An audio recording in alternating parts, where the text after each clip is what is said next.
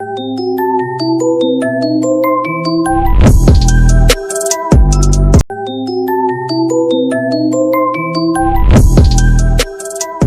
sommes aujourd'hui lundi 15 janvier 2024. Mesdames et messieurs, bonjour et c'est parti pour la revue des titres des journaux. À la une du journal Stade quotidien, Sénégal-Gambie se jouera aujourd'hui à 14h GMT.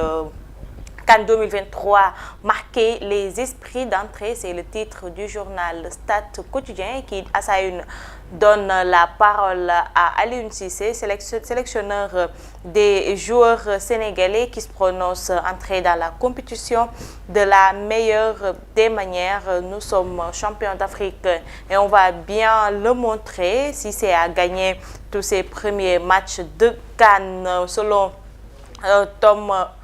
Tom Saint-Fiet, sélectionneur Gambie. On peut créer la surprise. L'observateur en sa une est toujours dans la mouvance du match Sénégal-Gambie à 14h. Un match d'histoire, 11 octobre 2008, le jour où la Gambie a mis à terre le football sénégalais. L'appel à la guerre de El Hadji Diouf, la riposte des Gambiens, l'élimination des Lions, le saccage du siège de la fédération, Sadio Takna Djabar, la nouvelle version de la chanson qui chauffe Banjul. Vous pouvez lire l'intégralité de l'article en première page du journal. Enquête à sa une s'intéresse à la présidentielle 2024. Nationalité de Karim Wade, le retour du serpent de mer. Karim est-il allé jusqu'au bout de la rénonciation à sa nationalité française? Thierno Alassane Sall l'attaque sur cette question.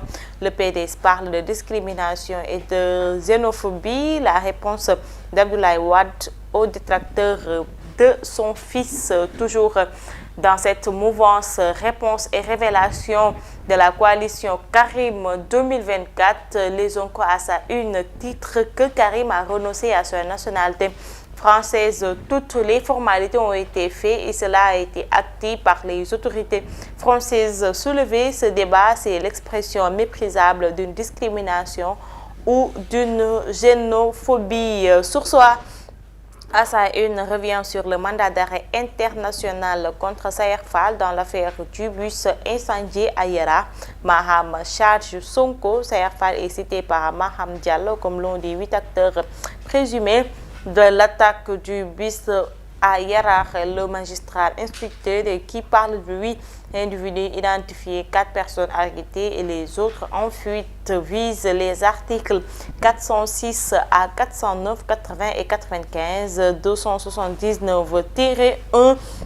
La peine maximale encourue est la réclusion à la perpétuité. Le doyen des juges qui affirme que les faits ont eu lieu à l'appel à manifester lancé par Ousmane Sonko invoque les traités bilatéraux et conventions multilatérales pour obtenir l'extradition du fugitif. Yor à sa une, tout se penche toujours dans la présidentielle de 2024. Week-end de levée de fonds, 4 878 365 francs CFA déjà collectés. La diaspora patriote casse la braque.